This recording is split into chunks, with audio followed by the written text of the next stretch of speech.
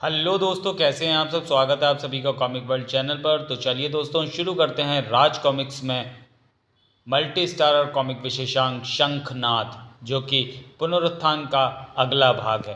तो चलिए दोस्तों, शुरू करते हैं।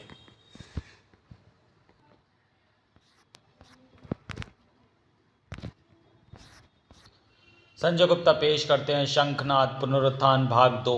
परिकल्पना नितिन मिश्रा, लेखन अनुराग सिंह, चित्रांकन दिलदीप सिंह, स्याहीकार विनोद कुमार, रंग सज्जा सुनील दस्तूरिया, परवीन सिंह, शब्द सज्जा गौरव गंगेले, मंदार गंगेले, मुखपृष्ठ सिद्धार्थ पवार, संपादन संजय गुप्ता। पूर्व भाग पुनरुत्थान में आपने पढ़ा, अपराध, अन्याय और पाप के विरुद्ध ब्रह्मांड रक्षकों के द्वारा छेड़े गए महायुद्ध में एक नया अध्याय जुड़ता है, ब्रह्मस्तर। और इसके साथ ही ब्रह्मांड रक्षक करते हैं अपने दल का विस्तार।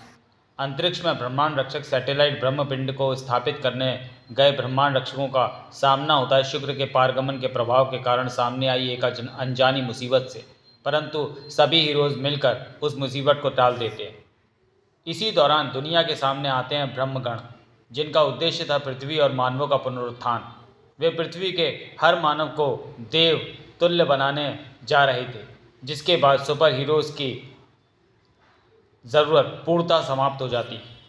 परंतु ब्रह्मांड रक्षकों को यह सब एक वृद्ध षड्यंत्र का हिस्सा लगता है और वे ब्रह्मगण के रास्ते में दीवार बनकर खड़े हो जाते हैं। इसी दौरान धरती के अलग अलग हिस्सों में पता नहीं क्या है, जिनको रोकने के लिए ब्रह्मांड रक्षक अलग अलग टीम बनाकर निकल पड़ते हैं। ब्रह्मगण द्वारा मानवों को महाशक्तियाँ तो मिली, लेकिन उन शक्तियों से मानवों के हृदय दूषित हो जाते हैं। फलस्वरूप इंसान आपस में लड़ने मरने लगते हैं और फिर शुरू होता है ब्रह्मगण और ब्रह्मांड रक्षकों के बीच एक घनघोर युद्ध, जिसमें एक तरफ ब्रह्मगण और उनके द्वारा गुलाम बनाए गए सुपर पावर युक्त मानवों की सेना थी और दूसरी तरफ थे मुट्ठी भर ब्रह्मांड रक्षक।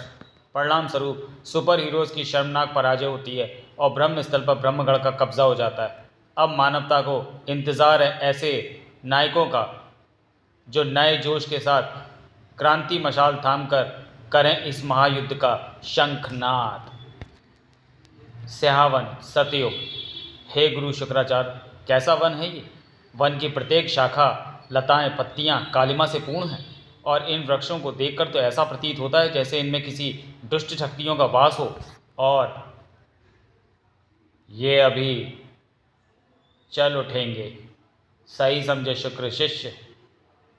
वनस्पति हमेशा से जीवन प्रदान करते आए हैं, परंतु हम जीवन देते नहीं, छीन लेते हैं, क्योंकि हम हैं विषतरु और हमारा आहार बनेगा तू। प्रशंसा करनी पड़ेगी तेरी वृक्ष पशु। मेरे बारे में जानते हुए भी मुझे आहार बनाने की कल्पना कर रहा है। अपना ये आत्मघाती विचार त्याग दे, अन्यथा शुक्राल पर व्यर्थ में एक वन को उजाड़ने का आरोप लगेगा। तेरी सारी अकड़ इन शस्त्रों के कारण है। पहले इनको ही तुझसे पृथक करते हैं, फिर तेरे प्राणों को तेरे शरीर से पृथक करेंगे। ओफ, ये विषतरु तो मेरे प्राण लेने पर उतारू हैं, पर यह है क्या और इनकी उत्पत्ति कहाँ से हुई है। ऐसे नरभक्षी वृक्षों की उत्पत्ति परमपिता ब्रह्मा तो नहीं कर सकते, यह अवश्य कोई माया है। महर्षि कश्यप निवास सतयुग। गुरु और पिता के चरणों में शिरोमणि का प्रणाम, आशीर्वाद दें। ओ, तुम लौट आए पुत्र, चिरंजीव भव, विजयी भव पुत्र। पिताश्री व गुरु श्रेष्ठ दोनों के ही स्वर में चिंतन भाव क्यों विद्यमान है। पुत्र, तुम तो जानते ही हो कि सृष्टि का निर्माण अपने आरंभिक काल में है और उसके नियंत्रण एवं संचालन हेतु स्वर्ग की स्थापना का विचार किया गया और इसी आशय से स्वर्ग हेतु प्रतियोगिता का आयोजन किया गया। हाँ पिताश्री, मुझे ज्ञात है। स्वर्ग हेतु प्रतियोगिता का आरंभ हो चुका है और मेरे देव एवं असुर भ्राता इस प्रतियोगिता को जीतने हेतु सूर्य की ओर प्रस्थान कर चुके हैं, परंतु इसमें चिंता की क्या बात है। चिंता की बात यह है पुत्र कि असुर छल से यह प्रतियोगिता जीतने की चेष्टा कर रहे हैं। अगर ऐसा हुआ तो स्वर्ग का शासन अयोग्य हाथों में चला जाएगा, जो इस सृष्टि के लिए उचित नहीं होगा। उफ, यह असुर भ्राता क्यों बार बार वाम मार्ग पर अग्रसर हो जाते हैं। देवताओं की तरह इनमें सद्गुणों का अभाव क्यों है। एक ही पिता की संतान होने के पश्चात भी उनके स्वभाव में यह अंतर क्यों। शिरोमणि, ब्रह्मा जी के आदेश पर तुम्हारे पिता कश्यप ने श्रेष्ठ संतानों की उत्पत्ति के लिए 13 अलग अलग स्त्रियों से विवाह किया था, जिससे नाना प्रकार के जीवों की उत्पत्ति हो सके। सभी संतानों को दैवीय गुण से युक्त करने के लिए ब्रह्मा जी ने ब्रह्मगणों की उत्पत्ति की, परंतु ब्रह्मगण केवल अदिति के पुत्रों तक ही वे गुण पहुँचा पाए। परंतु क्यों गुरुश्रेष्ठ? क्योंकि अन्य संतानों तक पहुँचने से पहले उनके हृदय दूषित हो गए। दूषित हो गए? कैसे दूषित हो गए? किसने दूषित किया उनको? ब्रह्मा जी की भूल से उत्पन्न हुए पाप के अवतार कलिकों ने। पाप शक्तियों के धारक कलिक, जिनके कुकर्मों की आँच से न सिर्फ सतयुग बल्कि भविष्य में कलयुग भी झुलसने वाला है। तुम धीरे बोलो, वरना मुर्दे जाग जाएंगे। ब्रह्मस्थल दिल्ली, मुर्दे? हाँ हाँ बेड़ू, मुर्दे। राम नाम सत्य है, मुर्दे सारे मस्त हैं। प्रेत मंडली मस्त रहे, प्रेत मंडली मर रहे। क्या राक्षिक एंट्री है रे बाबा। ब्रह्मस्थल को बचाने के लिए प्रेत शक्ति जागृत हो चुकी थी और एक एक करके प्रेत योद्धा इस महायुद्ध में कूदना शुरू कर चुके थे। मैं प्रेत हूँ, प्रेत। बेशक तेरी शक्तियाँ जिंदों को प्रेत बना सकती हैं, पर भला एक प्रेत का क्या बिगाड़ेगा तू? पर हम तेरा काफ़ी कुछ बिगाड़ सकते हैं। शुरुआत तुम्हारे चिकने चेहरों से होगी, पर तुम्हारी डेड इंक को इस घटनाक्रम का पता कैसे चला? प्रपोर्ट से ब्रह्मांड रक्षक फ्रीक्वेंसी डिवाइस इसी की इरी की गुफा में भी इंस्टॉल किया है। अगर 4 से अधिक ब्रह्मांड रक्षक एक ही समय पर एक साथ निष्क्रिय होंगे तो यह डिवाइस बचे हुए ब्रह्मांड रक्षकों को डिस्ट्रेस सिग्नल स्वतः ही भेजेगा। जहां एक तरफ प्रेत शक्ति ने युद्ध का शंखनाद कर सत्य का पलड़ा भारी कर दिया था, वहीं दूसरी तरफ इस जंग के कुछ पुराने योद्धा भी अपनी पिछली भूल सुधारने को इस जंग में शामिल हो चुके थे। कितनी गर्मी है रे बाबा, कोई एसी ऑन करो रे। मेरा मन तो फुटबॉल खेलने का हो रहा है। किसको खेलना है? आग बॉल। प्रेत मंडली मर रहे। ब्रह्मस्थल के बाहर एक और युद्ध जोर पकड़ रहा था। सभी ब्रह्मांड रक्षकों का सफाया किया जा चुका है, बस यही बाकी बचा है। तो फिर इसका काम भी तमाम कर देते हैं। वैसे भी जब इतने बड़े बड़े सुपर हीरो खुद को बचाने में नाकाम रहे तो यह बच्चा भला कब तक बचेगा? यह बच्चा कोई मामूली बच्चा नहीं है। इस बच्चे को दुनिया के टॉप के शातिर और खतरनाक विलेंस और सुपर हीरोज ने ट्रेन किया। ना सिर्फ ट्रेंड किया बल्कि अपनी हर खासियत, हर हुनर कूट कूट कर इस बच्चे के अंदर भरे।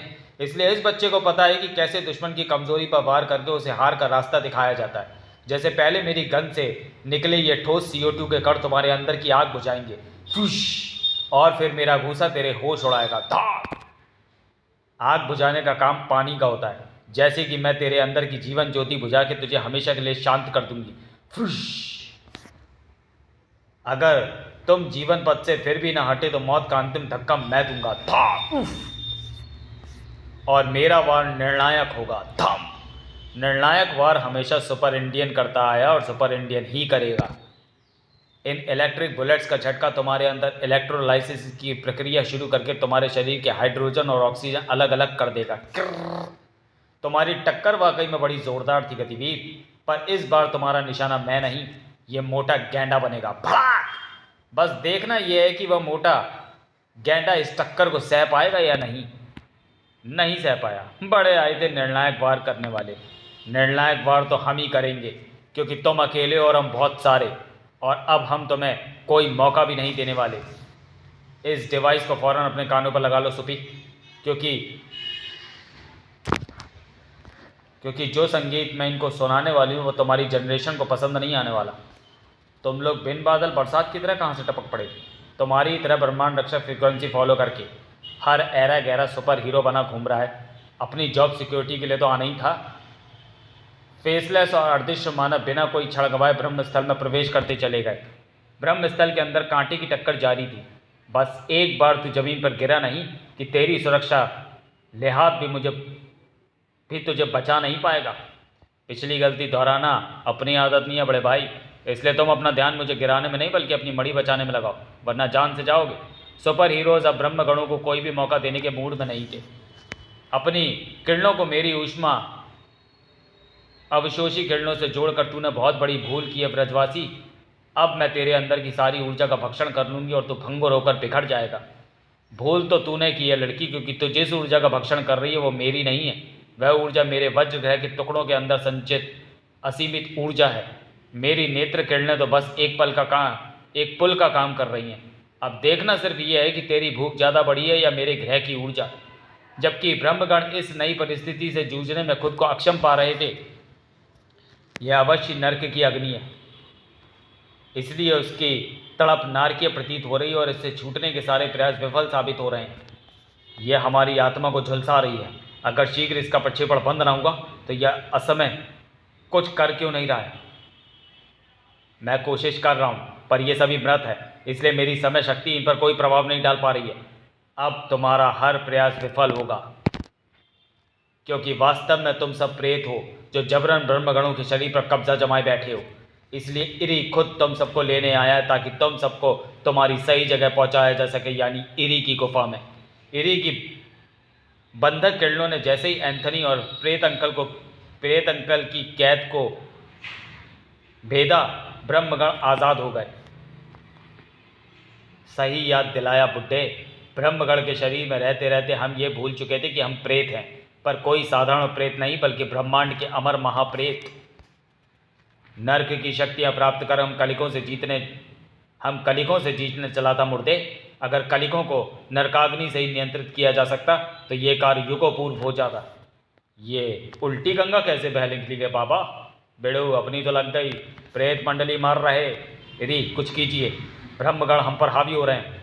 मैं कोशिश कर रहा हूँ, पर तंत्र बंधन कमज़ोर पड़ रहे हैं। ये अपनी प्रेत शक्तियों का प्रयोग कर रहे हैं। अगर मैं तंत्र बंधन की शक्ति बढ़ा दूँ तो? ब्रह्म स्थल के बाहर स्थिति फिलहाल नियंत्रण में थी। वाह चंडिका, तुमने तो हमें हाथ हिलाने का मौका ही नहीं दिया। तुम्हारे साथ टीम अप का ये बड़ा नुकसान है चंडिका। एक तो पिटाई करने का मौका हाथ से जाता है, और दूसरा जबरन मुस्कान के साथ थैंक्स चेपना पड़ता है। थैंक्स की उम्मीद तो मैं इस बैड बॉय से कर रही थी। मदद करने और जान बचाने की एवज में एक थैंक्स तो बनता है ना। मैंने मदद नहीं मांगी थी आंटी। ए खबरदार, दोबारा मुझे आंटी बोला तो उफ कड़ा। लो ब्लैक कैट, तुम्हारी मुराद पूरी हो गई। ऊपर वाला जब देता है तो छप्पर फाड़ के देता है। तो आओ इनको छप्पर के पार पहुंचाएं। चूँकि इस टीम में मैं ध्रुव की नो किल पॉलिसी की इकलौती हिमायती हूँ, इसलिए पहले ही बता दूं कि हमें इनको सिर्फ रोकना, इनकी जान नहीं लेनी है, क्योंकि ये सब आम नागरिक हैं। टेक्निकली मैंने अब तक किसी की जान नहीं ली है, तो तुम इकलौती होने का दावा कैसे कर सकती हो? टेक्निकली ब्लैक कैट सिर्फ एक ही पॉलिसी की हिमायती है, नो सुसाइड पॉलिसी। इसलिए मैं पहले अपनी जान की फिक्र करूँगी, फिर इन सिविलियंस की। कूल, आपकी पॉलिसी मेरी पॉलिसी से काफ़ी मैच करती है। इससे आगे मत बोलना। ओके। इधर ब्रह्मस्थल, वह मेरा नया गैजेट घोस्ट बूस्टर है, जिसे मैंने खास ऐसे प्रेतों को काबू में करने के लिए ही बनाया था। आप देखते हैं कि तुम्हारे तंत्र से मिलकर यह इन नर्क के शैतानों पर कितना असर करता है। यह इन नर्क के शैतानों पर कितना असर करेगा ये मैं नहीं जानता, लेकिन ये मुझे इतना समय ज़रूर दे देगा कि मैं इस इमारत के अंदर के तिलिस्म को जागृत कर सकूँ। मेरे गुरु वेदाचार्य ने इसी प्रयोजन से मुझे भेजा है। क्रियान्वित होते ही ब्रह्मांड रक्षकों और उनके हर छोटे बड़े सहयोगियों के अतिरिक्त प्रत्येक बाहरी व्यक्ति को यह तिलिस्म अपने अंदर खींच लेगा। ब्रह्मस्थल का तिलिस्म ज़्यादा देर तक इन शैतानों को रोक नहीं पाएगा। फेसलेस, तुम नागराज आदि को तिलिस्मी बंधन से आज़ाद करवाओ, मैं बाकियों के साथ घायल ब्रह्मांड रक्षकों को निकालता हूँ। ओके प्रोबोट। फेसलेस ने तो ब्रह्मगणों को कुछ समय के लिए रोक दिया था, परंतु बाहर स्थिति इतनी आसानी से काबू में आने लायक नहीं लग रही थी। जल्दी इनसे निपटने का रास्ता ढूंढो, वरना मुझे डिफेंसिव मोड का ऑप्शन छोड़कर अटैक का ऑप्शन चूज़ करना पड़ेगा। अगर ध्रुव यहाँ होता तो इनसे निपटने का कोई ना कोई रास्ता निकाल ही लेता, पर एक मिनट, ध्रुव ना सही, उसका ऑप्शन तो मौजूद है। अगर तुम्हारा इशारा मेरी तरफ है चंडिका, तो सबसे पहले मैं ये क्लियर कर दूँ कि मैं किसी का ऑप्शन नहीं हूँ। रही बात इस समस्या से निपटने की, तो उसका एक रास्ता है, पर पता नहीं उस पर अमल करने का साधन हमारे पास है या नहीं। तुम रास्ता बताओ, साधन हम तलाश लेंगे। रास्ता है इन सबको यहाँ से दूर किसी ऐसी जगह भेज देना जहाँ ये कुछ देर तक फंसे रहें। ओके, मैं अपने शब्द वापस लेती हूँ। एंड सॉरी ध्रुव, ऐसे कैसे? इन्हें कहीं मेरे पास एक स्पेशल फ़्लाइट का इंतज़ाम है। वंडर तकनीक से बना ये स्पेशल गैजेट वंडर प्लेन, यह लाइट की स्पीड से दुनिया के किसी भी कोने में पल भर में पहुँच सकता है। I can't believe, wonder women ने अपना वंडर प्लेन तुमको दे दिया? दिया नहीं, मैंने चुरा लिया। अच्छा, तो इसी प्लेन के जरिए तुम ब्रह्मांड रक्षकों के मामले में टांग अड़ाने कहीं भी और कभी भी पहुंच जाते हो। कोई और समय होता तो चोरी पर अच्छा लेक्चर देती, पर इस वक्त इन नमूनों को होनोलुलु भेजना ज़्यादा ज़रूरी है। ये पैसेंजर खुद प्लेन के अंदर नहीं जाने वाले, इनकी थोड़ी मदद करनी होगी। तो मदद कर देते हैं, वैसे भी हमें रेस्क्यू मिशन पे ही तो बुलाया गया है। ये काम तो खत्म हुआ, अब अंदर जाकर बाकियों की मदद की जाए। आखिरी बार अपने प्लेन को देख लो, मुझे नहीं लगता अब ये तुमको दोबारा मिलने वाला है। उस केस में मुझे वंडर आंटी से दोबारा मिलना पड़ेगा। इस महायुद्ध के बीच एक अघोषित अल्प विराम हो गया था और अब समय था अपने घायल और अशक्त योद्धाओं को पुनः युद्ध के लिए तैयार करने का। कलिखों ने स्टील की बॉडी को तिलिस्मी कैद में बदल दिया। इसे तिलिस्मी गार्ड से नष्ट किया तो सुरक्षा उपकरणों के अभाव में अमर का दिल नष्ट हो जाएगा। तुम उसकी फिक्र मत करो फेसलेस। स्टील के दिमाग को बचाने के लिए मेरे पास ये ब्रेन बॉक्स है। जैसे ही तुम स्टील की मेटेलिक बॉडी को नष्ट करोगे, मैं स्टील के दिमाग को इस बॉक्स में सुरक्षित कर लूँगा। इस स्थिति में ये कुछ कर तो नहीं पाएगा, पर फिलहाल ये खतरे से बाहर है। ओफ, नागराज की स्थिति बहुत खराब है। स्टील के शरीर से निकली तिलिस्मी रेडिएशन ने नागराज के रक्त में सूक्ष्म सर्पों को पूरी तरह नष्ट कर दिया। हमें जल्दी बाकी हीरोज़ को तिलिस्मी कैद से छुड़ाकर वेदाचार्य के पास पहुंचाना होगा, अन्यथा नागराज का बचना मुश्किल होगा। ब्रह्मांड रक्षक सीक्रेट हाइड आउट स्थल, मेडिकल सेक्शन। इनको ठीक होने में कितना वक्त लगेगा वेदाचार्य? तिलिस्मी वारों के असर को तो मेरी तिलिस्मी कार्ड समाप्त कर चुकी है। अब जो वक्त लगना है इनके जख्म भरने में लगना है।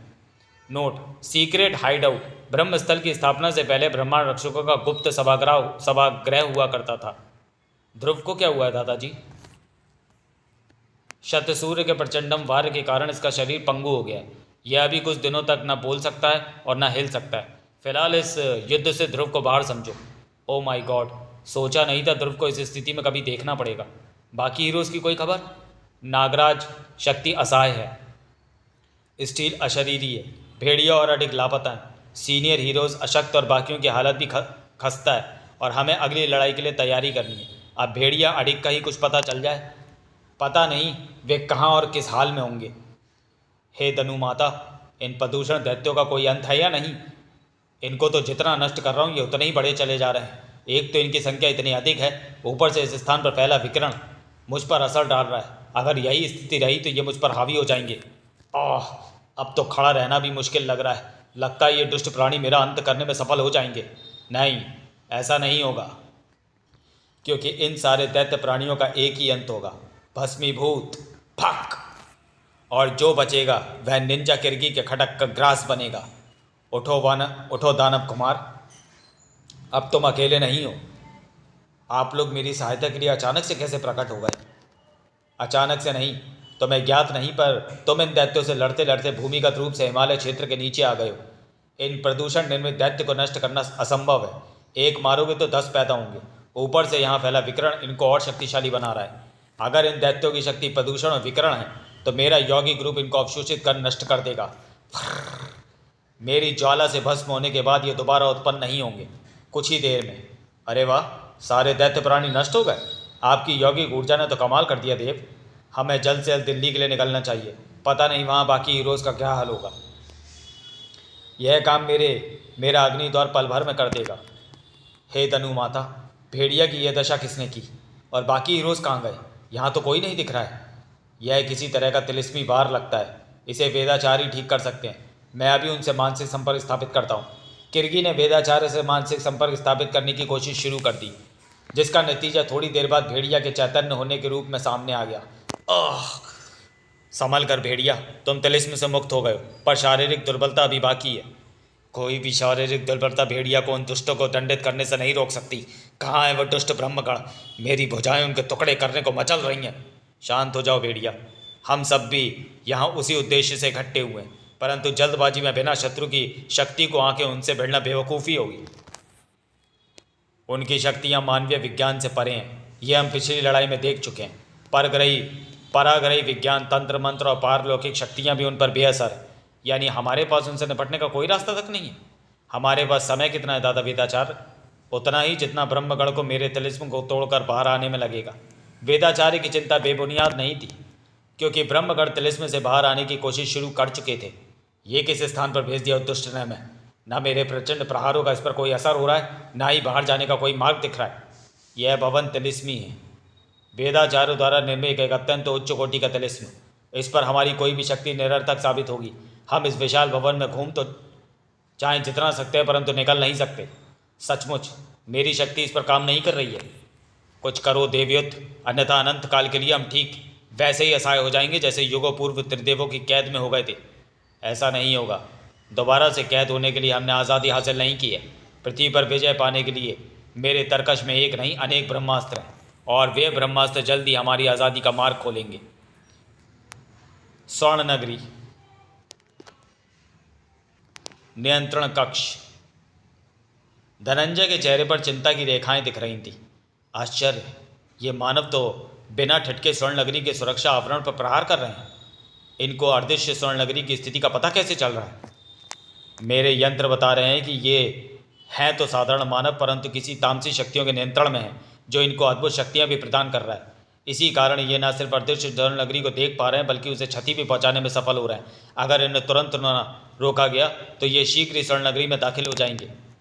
फिर तो मुझे इनको किसी भी कीमत पर रोकना होगा, क्योंकि मैं ना तो स्वर्ण नगरी को क्षति पहुंचते देख सकता हूं, ना ही इन मानवों के किसी तामसी शक्तियों का गुलाम बनते।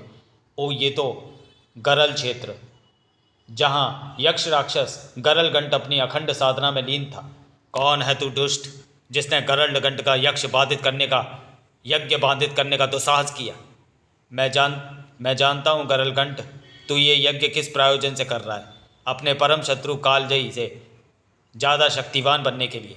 परंतु अफसोस, इससे तेरा प्रयोजन हल नहीं होने वाला, क्योंकि कालजयी के पास जो शक्ति है वह तेरे पास कभी नहीं हो सकती। ऐसी कौन सी शक्ति है उसके पास जो गरलगंट के पास नहीं है? यह भी मुझे बताना पड़ेगा। ठीक है, तेरी ऐसी इच्छा है तो सुन। वह शक्ति है भक्ति की शक्ति, करोड़ों इच्छाधारी नागों की भक्ति की शक्ति, जिसके लिए तू युगों से ललायित है। हाँ, ये सच है। ये मेरे इतने प्रयत्नों के बाद भी मुझे मुट्ठी भर नागों की भक्ति भी हासिल नहीं है, जबकि वह कालजयी सदियों से समस्त इच्छाधारी नागों का कुल देवता बना बैठा है। उसे हमेशा सम्मान मिलता है और मुझे सदैव तिरस्कार। पर यह सब तू मुझे क्यों बता रहा है? मेरे जख्म को हरा क्यों कर रहा है तू? बता वरना। तुझमें बस यही कमी है गरलगंट कि तुझमें ना धैर्य है ना ही चतुराई। इसलिए तू इतने प्रयत्नों के बाद भी इच्छाधारियों का आराध्य नहीं बन सका। अगर तुझमें ये गुण होते तो तू मुझे धमकाने के बजाय मुझसे मेरे आने का कारण पूछता। इससे पहले कि मेरा क्रोध चरम पर पहुंचे, ये भी बता दे कि तेरे आने का कारण क्या है।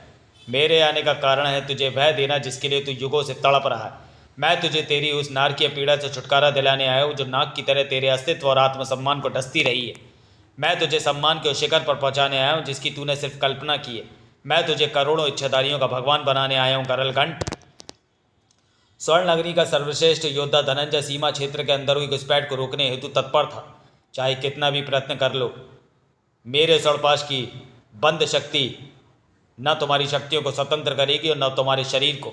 अब सबसे पहले मैं तुम्हारे अंदर की तामस शक्तियों को खींच कर निकालूंगा, फिर पूछूंगा कि तुम लोगों को ये शक्तियाँ दी किसने।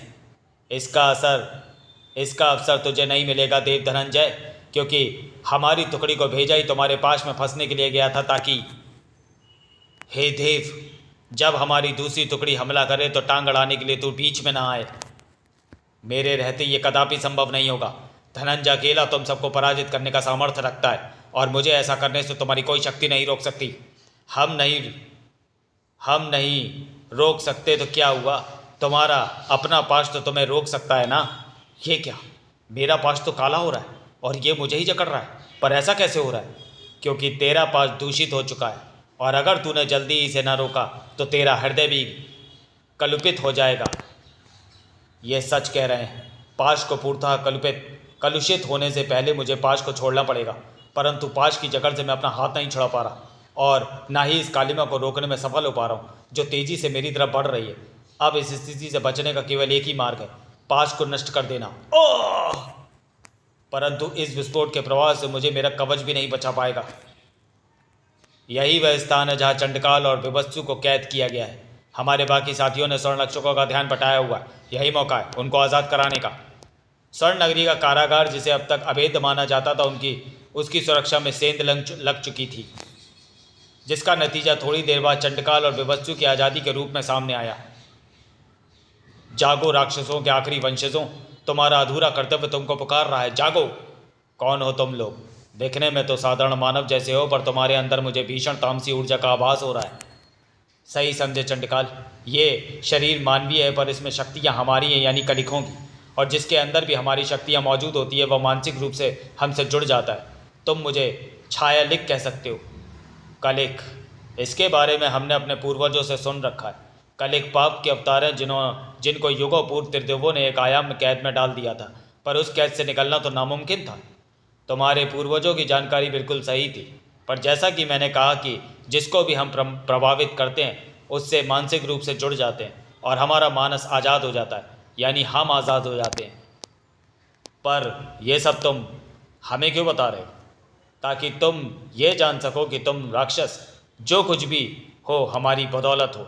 अगर हमने युगों पूर्व तुम्हारी माता का गर्भ दूषित ना किया होता तो तुम और तुम्हारी जाति आज देवों के तलवे चाट रहे होते, क्योंकि तुम्हारी असली शक्ति तुम्हारी वह तामसी प्रवृत्ति है जो तुम्हें किसी के आगे न झुकने और महान बनने के लिए प्रेरित करती है। तो क्या तुमने अपने एहसान याद दिलाने के लिए हमें स्वतंत्र करवाया है?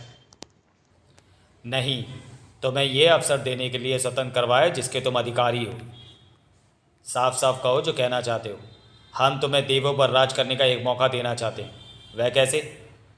स्वर्ण नगरी पर कब्जा करके। क्या? पाप अपनी चाल चलना शुरू कर चुका था, जिसका असर दूर तक पहुंच रहा था। Secret hideout, medical section. ओ नहीं, घोर अनर्थ। मुझे इस अनर्थ को रोकना होगा।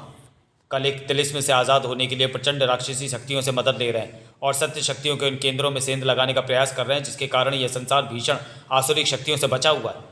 यानी दुश्मन अपनी चाल चल चुका है और हम यहाँ बैठे भुट्टे भून रहे हैं, उनको भूनने के लिए निकल नहीं रहे हैं। शांत डोगा शांत, हम हाथ पे हाथ रखे नहीं बैठे, पर बिना प्लानिंग के हम ऐसी की तैसी तुम्हारी प्लानिंग की।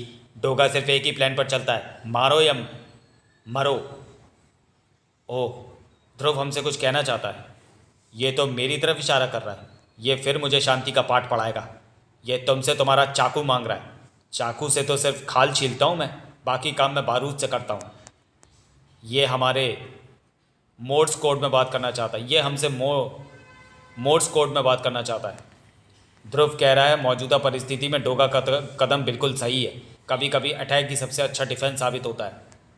ब्रह्मांड रक्षकों की एक टीम को फौरन ब्रह्मस्थल भेज दो। हो सकता है ब्रह्मगढ़ों ने अपनी मदद के लिए किसी आसुरी शक्ति को बुलावा भेजाओ।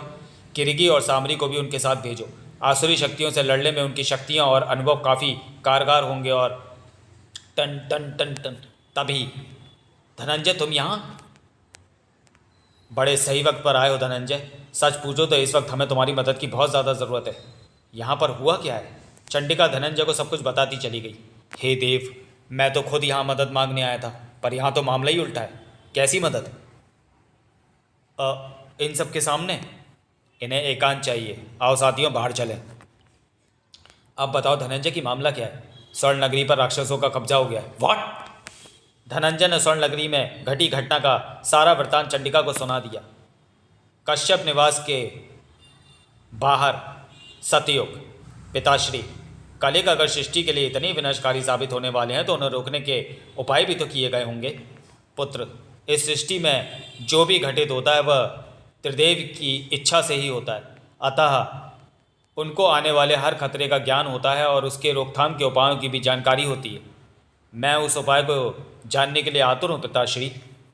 हम जानते हैं वत्स कि पाप और पापी को देखते ही उनका दमन करने की इच्छा तुम्हारे अंदर बलवती होने लगती है। संभवतः तुम्हारी यही प्रवृत्ति तुमको साधारण योद्धा से एक महानायक बनने की ओर अग्रसर करेगी, परंतु विधि के कुछ विधान होते हैं जिनका पालन करना हम सबका कर्तव्य होता है, और इसी कारण तुम्हारे प्रश्नों का उत्तर हमारे पास नहीं बल्कि परम पिता ब्रह्मा के पास है।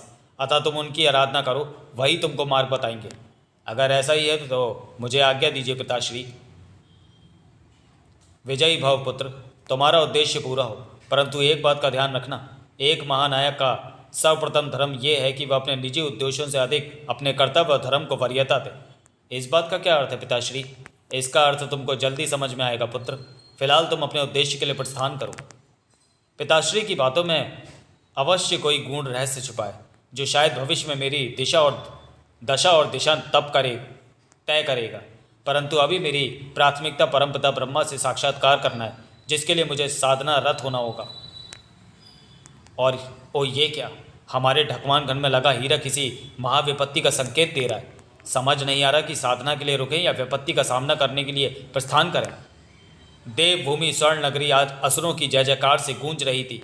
राक्षस विवत्सु की जय, तंत्र राक्षस चंडकाल की जय। हा हा हा हा हा हा। इस जय जयकार को सुनने के लिए हमारी जाति न जाने कितने युगों से प्रतीक्षा कर रही थी। आज राक्षस जाति का महान उद्देश्य पूरा हो गया। देवों को इस प्रकार हमारे कदमों में झुके देखने का मन तो कितनी शांति मिल रही है। तुमने जो चाहा वह हमने पूरा किया, अब तुमको भी अपना वादा पूरा कर देना चाहिए। वादे, कस्में, प्रण, ये सब देवों की परंपरा है। कलिक महोदय, राक्षसों में तो बस एक ही परंपरा चलती है, अवसर का लाभ उठाना, जो कि हम उठा चुके हैं। अब हमें तुम्हारी कोई आवश्यकता नहीं है, इसलिए निकल जाओ। मुझे बहुत अफसोस होता अगर तुम हमसे इस प्रकार छल न करते। तुम राक्षसों से हम कलिकों को बहुत ज़्यादा अपेक्षा थी, परंतु एक बात अच्छी तरह समझ लो, अगर हम तुम्हारे साथ नहीं तो देवों की सत्ता भी तुम्हारे साथ नहीं। अरे, आप तो बुरा मान गए। पूरी असुर जाति आपकी सेवा में हाजिर है, बताइए क्या करना है। ध्यान से सुनो। सीक्रेट हाइड आउट के मुख्य कंट्रोल रूम में बैठे हीरोज अब भी असमंजस में थे कि उनका अगला कदम क्या होना चाहिए। दोस्तों, ध्रुव और धनंजय की पर्सनल मीटिंग खत्म हो चुकी है और अब धनंजय दादा वेदाचार्य के निर्देश पर फेसलेस, अडिग, धामरी और किरकी के साथ ब्रह्मस्थल के तिलिस्म की सुरक्षा के लिए रवाना हो चुका है। लेकिन ब्रह्मांड रक्षकों की टीम का कैप्टन होने के नाते मैं आप सबको बता देना चाहता हूँ कि हमारा ब्रह्मस्थल हमसे छिन चुका है। ब्रह्मपिंड से मिलने वाली सुविधाएं भी हमारे काम नहीं आने वाली। आम इंसान भारी तादाद में कलिकों के हाथों की कठपुतलियाँ बन चुके हैं और हमारे 5 प्रमुख सहयोगी नागराज, भेड़िया, शक्ति, स्टील और ध्रुव अशक्त हैं। यानी मोरल ऑफ द स्टोरी यह है प्यारों कि हमारी वाट लग चुकी है। कैसे कैप्टन हो यार तुम? जब तुम्हें तुम्हारी टीम को प्रेरित करने की ज़रूरत है तुम उनका मोरल डाउन कर रहे हो। इसे मोरल डाउन करना नहीं बल्कि रियलिटी दिखाना कहते हैं चंडिका। और रियलिटी ये है कि हमने अपने दुश्मन को आंकने में भूल की, इसलिए मुंह की खाई, और अब मैं अपनी गलती दोहराना नहीं चाहता। इतनी भूमिका बांधने की जगह सीधे सीधे बोलो कि कहना क्या चाहते हो। सीधी सी बात है डोगा कि हम नहीं जानते कि हमारा दुश्मन वाकई में कौन है। उनकी शक्तियाँ, उनकी कमजोरियाँ हमें कुछ भी नहीं मालूम, इसलिए हम लगातार पिट रहे हैं और वो पीट रहे हैं। कलिकों के बारे में पहले भी बता चुकी हूँ। उन्होंने दैवीय गुणों के वाहक ब्रह्मगण का हृदय दूषित किया है और फिर ब्रह्मगण की मदद से दिति का गर्भ दूषित किया, जिसके कारण दैत्य तामसी गुणों के वाहक बन गए।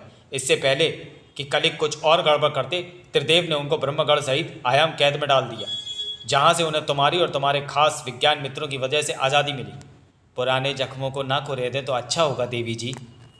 Okay, come to the point. अब क्या करना है? टन टन टन टन मतलब बताओ इसे टन टन का मतलब बताओ इस टन टन का। ये ध्रुव कह रहा है प्रॉब्लम को सॉल्व करना है तो उसकी जड़ में जाना होगा और उसे ख़त्म करना होगा। ये ध्रुव तो पिटने के बाद आज बिल्कुल मेरे मूड की बातें कर रहा है। मैं भी तो यही कहता हूँ कि प्रॉब्लम को जड़ से मिटाओ, पर यहाँ जड़ क्या है? समस्या की असली जड़ सतयुग की वह घटना है जिसमें कलिकों ने ब्रह्मगढ़ का हृदय दूषित किया था। जड़ तो समझ में आ गई, पर जरा ये समझाओगे कि उस जड़ तक हम पहुँचेंगे कैसे? मैं काल यात्रा कर सकती थी, पर कलिकों के वार ने मेरी शक्तियाँ छीन कर दी हैं। मुझे शक्तियाँ अर्जित करने में थोड़ा समय लगेगा। अब तो वह कमबख्त का मारा युगम भी नहीं है जिसकी मदद से हम पिछले युगों में गए थे। अगर समस्या का हल सतयुग में जाकर होना है तो तुम सबको सतयुग में जाना ही होगा। रास्ता मैं बताऊंगा। वेदाचार्य के पास उसकी समस्या का हल तो था, पर उसके लिए लगने वाला समय ब्रह्मस्थल की रक्षा को पहुँचे उन वीरों की सफलता पर निर्भर था। ओह, तो ये है ब्रह्मस्थल जिसकी सुरक्षा की जिम्मेदारी हमें सौंपी गई है। देखने से प्रतीत होता है काफ़ी भव्य रहा होगा, पर फिलहाल तो ये जीर्ण शीर्ण पड़ा है और इसकी एकमात्र उपलब्धि ये है कि ये उन दुष्ट कलिकों का बंधक ग्रह बना हुआ है जिन पर हमें पहरा देना है। मैं अपने त्रिशूल से इसके चारों तरफ अग्नि घेरा बना देता हूँ। इस अग्नि घेरे को जो भी पाप शक्ति पार करने का प्रयत्न करेगी वे जलकर भस्म हो जाएगी। मैं इस अग्नि घेरे के ऊपर एक यौगिक कवच चढ़ा देता हूँ। जब तक मेरी योग साधना भंग नहीं होती तब तक इस कवच को कोई भेद नहीं पाएगा। फिर तो ये समझिए कि जंगालू के रहते कोई भी आपकी योग साधना भंग नहीं कर पाएगा। और अगर शत्रु फिर भी नियंत्रण में ना आया तो उसे नर्क पहुंचाने के लिए मेरे पास यह अक्षय धनुष है, जिसके वार से दैत्यों में भी खलबली मच जाया करती थी। फेसलेस तिलिस्म का खिलाड़ी है। मैं अपने पत्ते समय आने पर ही खोलूंगा। तुम कुछ नहीं बोलोगे दानव? मैं खुद बोलना पसंद नहीं करता देव, बल्कि मेरा बाहुबल बोलता है। तो फिर आओ दानव, सर्वप्रथम तुम्हारे बाहुबल की ही परीक्षा हो जाए। फिर तय होगा कि तुम्हारे बाहुबल ज़्यादा प्रबल हैं या हमारा सैन्य बल। एक बड़े युद्ध का शंखनाद हो चुका था। तो चलिए दोस्तों, वीडियो को यही समाप्त करते हैं और मिलते हैं शंखनाद के दूसरे और अंतिम भाग में अगले वीडियो में। तब तक के लिए धन्यवाद।